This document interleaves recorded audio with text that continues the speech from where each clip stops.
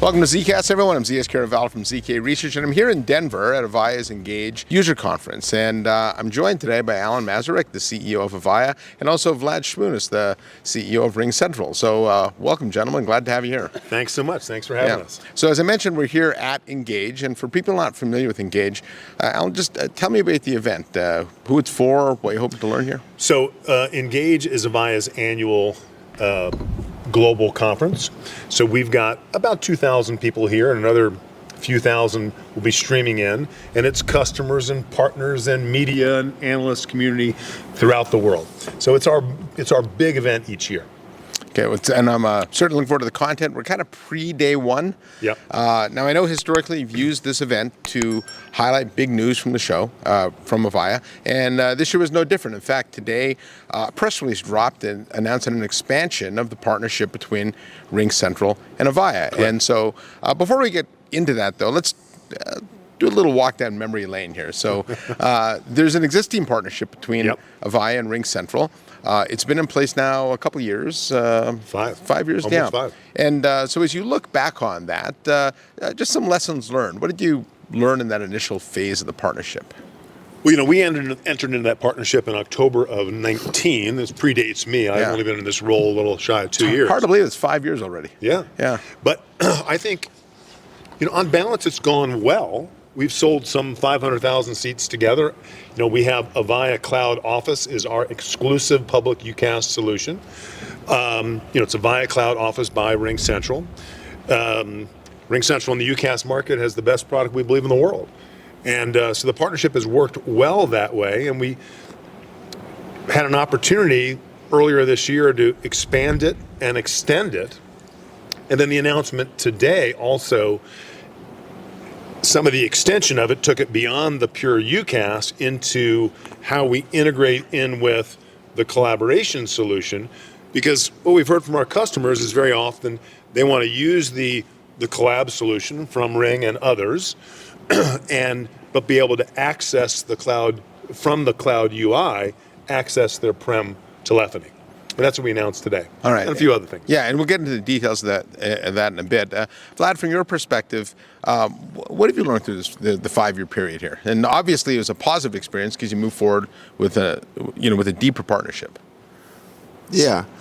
No, I'm with Alan. I think it's been an interesting ride. Obviously, the industry went through a number of changes. The world went through a number of changes. We managed to sneak in this announcement right before COVID. Probably it would not have happened just a few months later. But, Avaya went through a number of changes, including in management, and so did RingCentral. But what we learned over time is that the original premise was fundamentally sound. And the original premise was that if you have world's certainly largest, but numbers don't lie, so largest means best, on-prem UC provider, and for that matter CC, contact center. And that was the case 5 years ago, it was the case 10 and 15 years ago, and it's still the case today. Avaya is still the absolute world leader by seat count in both on-prem business telephony and on-prem contact centers. And RingCentral, we're a younger company, but not that young anymore at this point either. We are a born in the cloud UCaaS provider, one of the very original ones in the space. And to this day, we still continue to be the largest and the fastest growing pure play in this space. And actually, a Wall Street Journal ad will run even tomorrow, reminding people that by paid seat count, we are still approximately 2x nearest competitor, which includes the usual suspects as well. Okay, so with that backdrop, what better way for Avaya's on-prem base, at least in the UC, to move to the cloud than to partner with an industry leader? And conversely, what better way for us than to go, where the money is, which is the seats are with Avaya. Yeah. And we just felt, and I continue feeling, that in the end, working together in migrating those people is more constructive and more end-user friendly than just going at each other's throats, as everyone else is, And that's what brings us here. Well, it's interesting that we're part of an industry called unified communications that users for years have been asking to be more unified. And typically, to your point, Vlad, vendors had spent far more time going at each other's throats and partnering with each other. But my philosophy has always been, if you do what's right for the customer, good things generally happen. And I'm glad to see you two do this. So, looking at the expanded partnership, and let's take this in phases because there was multiple facets to it. The first one is that RingCentral Meetings, which is available to under the brand of Avaya Cloud Office, is now also integrated with Avaya Aura. And so, Alan, could you talk a little bit about why that's meaningful and how it's different than the current ACO offering? Well, in the pure ACO offering, you have, and what we've done very well over many years is an existing prem seat, could be Aura, could be IP Office. That business makes the decision they want to bring their telephony to the cloud. We have Avaya Cloud Office, and we provide that migration to the cloud that way. What we're doing now is the integration with Aura is, again, in response to customer demand. Customers are saying, I spend hours each day inside some video collaboration solution.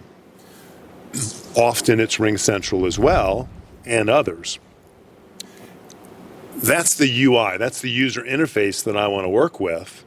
And I want to, from within that user interface, I want to access Aura, the premise-based telephony.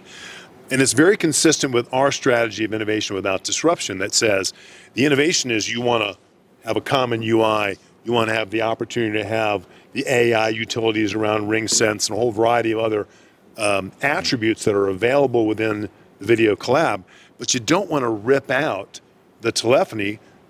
One, because it's heavily featured, very mature, you've relied on it for years, but also it's often been bespoke in your environment. Yeah. It's tied into everything else. So it is absolutely consistent with innovation without disruption, which is our whole product strategy. Yeah, and Vlad, do you have any comment on that too? What excites you about this phase of the partnership?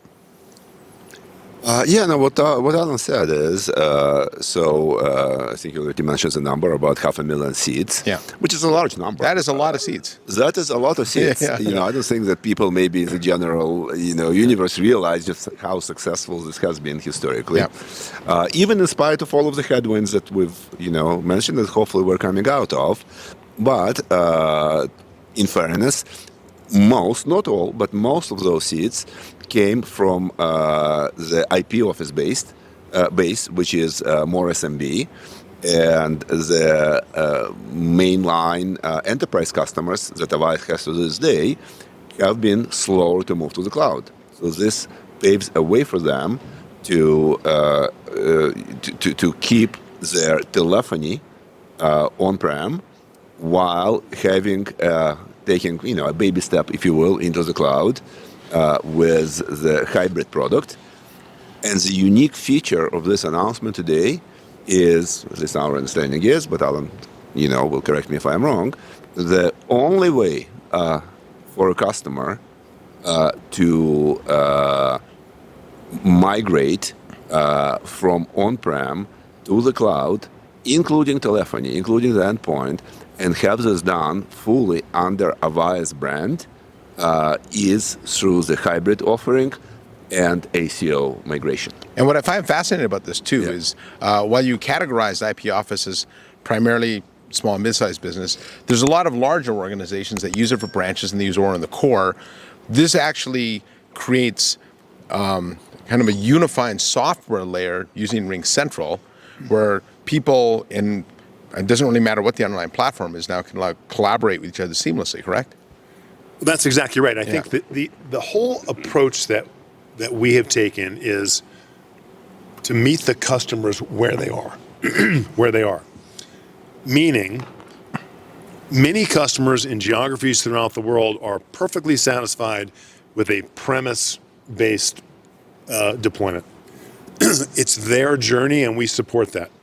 Others may want to have a private cloud deployment. which we support as well.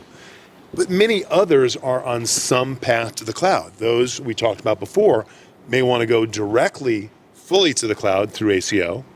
Perfect example would be a retailer that has hundreds of locations geographically dispersed. Absolutely a perfect solution for ACO, and we've sold thousands and thousands of seats in that type of situation. And as Vlad was saying, there's that middle ground, that sort of hybrid approach to the cloud that a particular type of business, those knowledge workers are spending hours each day within the collab, and from within that user interface want to access the telephony. So it's simply meeting the customer where they are, regardless of deployment option. Great. Now, part 2 of this was RingSense AI is now available to Aura and ACO customers. Vlad, for the audience may not be familiar with RingSense AI. Talk about what RingSense AI is and what Avaya customers will get as part of that integration. Right. So RingSense AI is new. So is number one. I know you've been working on it a while, though. We have been working on it in a while, actually starting with an acquisition that also was about 4 or 5 years ago, in that same time frame. And this is our AI platform, which basically brings conversation intelligence into all modalities of communications. Message, video, and phone. And our flagship product used to be called MVP, Message, Video, Phone. We've renamed to RingEX, but that's the idea. So what you get with RingSense is certainly table stakes like transcriptions, closed captioning, but deeper than that, you get sentiment analysis, you get summaries, you get or will get over time actioning, so sending up calendar events, and basically taking away the necessity for people to keep notes, like physical notes, as they are, talking on the phone or having a video call for that matter. Because we're also good at that.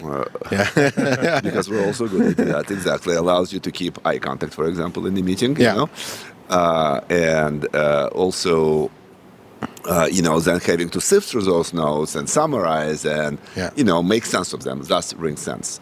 So this is what RingSense at its core is. There is a general application of RingSense, which is called horizontal, which now permeates our entire portfolio at RingCentral. There are vertical applications that are emerging. The one we have out there in the field now is called RingSense for Sales. And we've announced, it's growing exponentially at this point. We just had an earnings call. We shared some numbers there. So the gist of this announcement is that RingSense core offering is available at and for ACO effective immediately. So, and there is, you haven't asked this question, Zeus, but I'll answer it anyway. Our goal, stated goal, I think, from both companies, is to absolutely minimize the feature gap between ACO and RingEX. Oh, okay.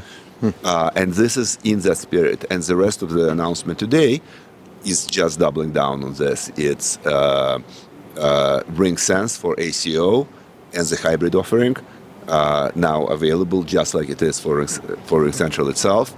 It's the Teams integration. It has been available in RingEX for some time, has not been part of ACO, more of an oversight, but we're correcting that. So we're introducing that. And even the AXP public integrations that we've talked about, in a sense, think about it. RingEX is integrated with other contact centers, and now it's being integrated with Avaya. And that creates a lot of choice for your customer base too, right? You have your own contact center, you have other partnerships, you have the Avaya partnerships, and so it seems like for both customer bases, there's a lot of flexibility now how they want to be able to migrate from wherever they are to wherever they want to go, right? And I think that's the macro point, which is success. I think Vlad and I are in complete agreement on this. You want to meet customers where they are. Yeah. It's their journey, support them on that road. Not all businesses require the same thing. It's a big world out there, and so we're trying to, again, support wherever you are on that journey. Yeah, and Right, because well, you mentioned innovation with disruption. I've also heard you say a lot, choose your journey, right? Well, choose your journey, think about it, is the opposite side of the same coin, I like to say. So innovation without disruption is the customer value prop. Choose your journey is the brand promise. Yeah. So if you're saying to a customer, you can innovate, you can add things on top of your existing infrastructure without going through this disruption, this rip and replace, that's your journey, Mrs. Customer. We're simply here, our brand promise is to accommodate it. Whether you need prem, private cloud, public cloud, or hybrid, that's your decision. We just want to accommodate it. Yeah, and I'm glad you brought up the feature gap, closing that, because that did create some confusion in the channel as to which to sell. And I haven't talked to any partners here about this yet since I just got here earlier today. But I'm assuming from any of the channel partners you've talked to, they've really got to be excited about this, about the expansion of the partnership. One would hope. Yeah. Again, look, we're all saying the same thing now in violent agreement is we need to give customers choices. Yeah. Where we both lose is if they, for example, use Teams phone. Yeah. Okay. Right. And we also believe that customer loses that way because it's not quite enterprise ready. Yeah. So this is what we're about, is to ease that journey for them. All right. So we had Aura, RingCentral integration. We had RingSense, Teams, ACO, AXP integration as well. Did I miss anything? No, I think you got everything. And then to accommodate all this, we then extended the term of the agreement. All right. Out to when? Yeah, A long time. Okay. Long time. The foreseeable. We'll all be retired. We'll be older and grayer by the time this thing ends. All right. All right. Anything else you want? Either we want to add? No, I think by virtue of Vlad being here on stage, and we were putting this together back in February on the extended agreement, it was like, let's get on stage together and engage. So I'm thrilled that Vlad's here, his team's here as well. There's a breakout going on right now in the partner forums, and just about how these two companies can do better together. Yeah. 1 + 1 equals a number a heck of a lot bigger than 2, and that's what we're putting together. And like I said, this is something the industry has long needed. Right? Customers get frustrated by a lack of vendor interoperability.